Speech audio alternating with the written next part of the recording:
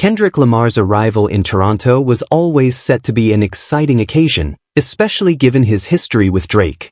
After months filled with diss tracks, cryptic lyrics, leaked messages, and public disagreements that resembled a boxing match, the excitement was palpable. So when Kendrick and SZA announced their back-to-back shows at Rogers Centre, right in Drake's hometown, the city braced itself. As anticipated, something bold is unfolding just outside the stadium. By the way, welcome to Celebrity Hip Hop Showroom, where hip-hop and celebrity drama never sleep, so hit that subscribe button so you never miss the mess.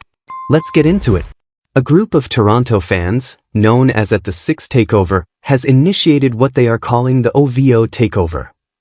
This event is not just a protest or a flash mob, it's not even a concert, but it aims to capture a similar vibe. This grassroots gathering is being organized directly across the street from Kendrick's shows on June 12th and 13th, and it promises to be a full celebration of all things Drake, from his early mixtapes to the chart-topping hits from his latest albums. However, this event is more than just a fan gathering. It serves as a cultural statement, highlighting the rising influence of Kendrick Lamar in contrast to Drake's lasting legacy in the city that raised him. It's a response from fans who perceive Kendrick's presence as an intrusion, a symbolic pushback from the Six. The At the Six Takeover organizers are clear about their intentions. In an Instagram post, they invited fans to wear OVO gear, bring signs representing the 6ix9ine, and come with nothing but good vibes. The event is scheduled from 5:30 p.m. to 11 p.m. on the nights of Kendrick's concerts, effectively creating an alternative experience that centers on Drake rather than Kendrick. This is going to feel like a Drake concert outside the Kendrick concert, one spokesperson stated in an interview. It's basically going to be a fantastic mosh pit in the streets of Toronto, but completely free. We want to make sure everyone has a great time and stays safe. What they are planning holds significant symbolic meaning. Inside the Rogers Centre, Kendrick Lamar, widely regarded as the most articulate and poetic rapper of his generation, will be delivering lyrics that challenge Drake's status.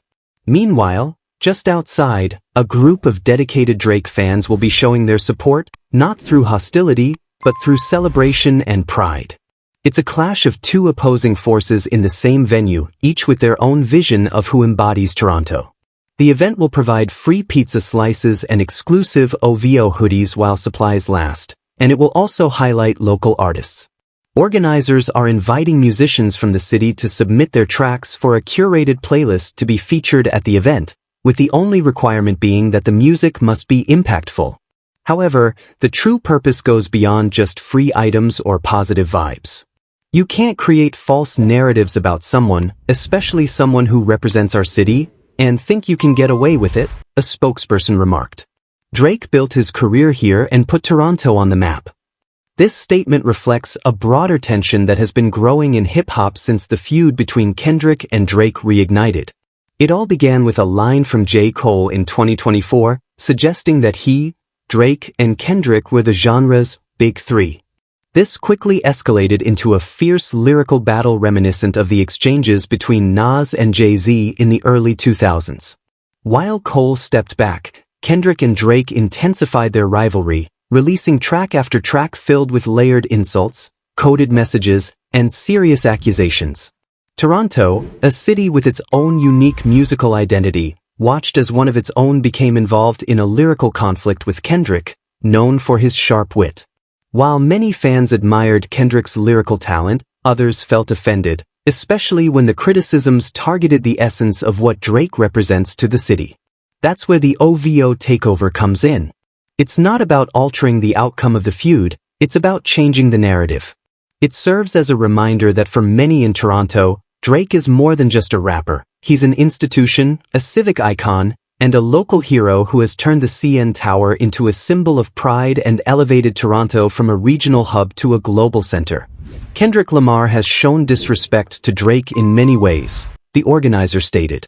And we won't allow him to come to Toronto and act that way on a public stage here. The organizers of the event stress that it is centered around positivity.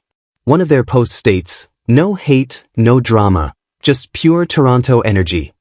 They aim to create an environment where people can come together to celebrate rather than argue or cause problems.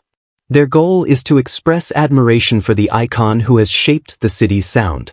The phrase, "built the sound of this city," carries significant weight.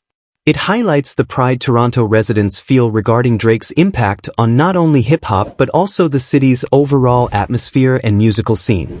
The unique blend of chilly beats, emotional hooks, and introspective lyrics layered in melody defines a sound that emerged with Drake and has since influenced a new generation. This context makes Kendrick's presence feel like a challenge, not just to Drake but to everything he symbolizes.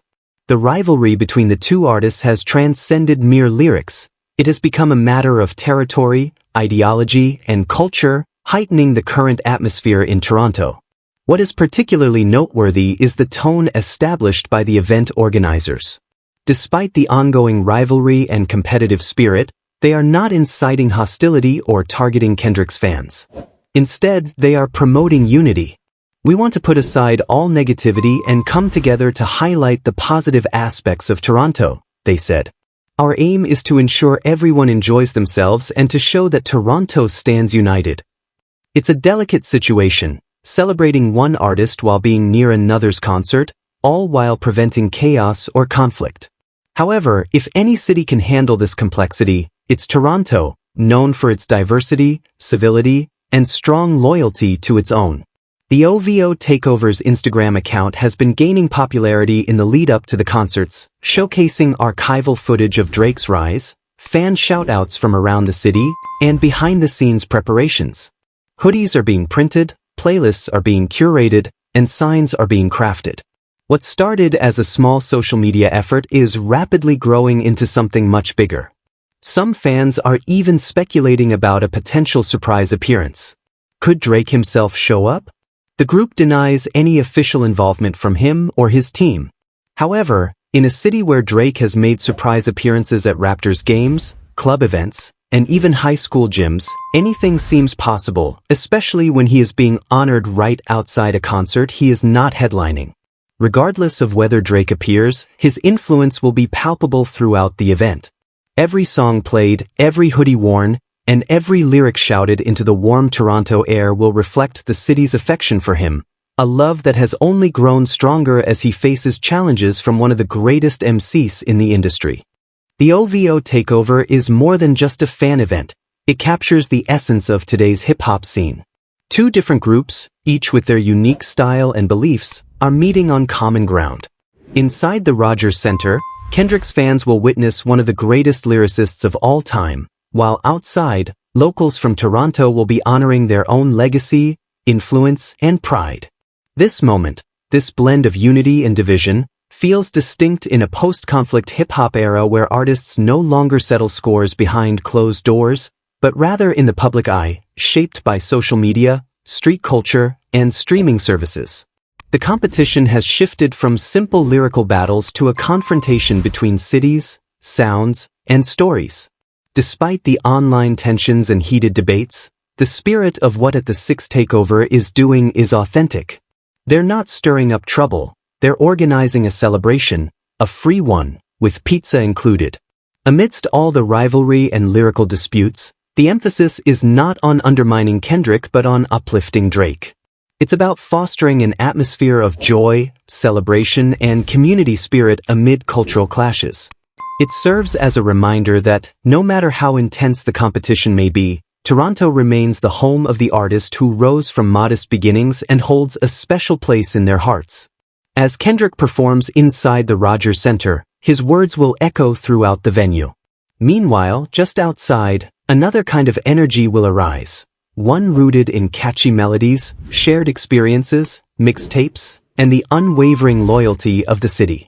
If you find yourself caught between both sides, swaying to the beats of "Not Like Us" and the chants of "Headlines," you might hear something more profound than diss tracks. You might hear Toronto making its presence known. Proud, loyal, and undeniably united. I'd love to hear your thoughts on this situation, so please share your opinions in the comments. Also, don't forget to like, subscribe, and turn on notifications to stay updated on this story.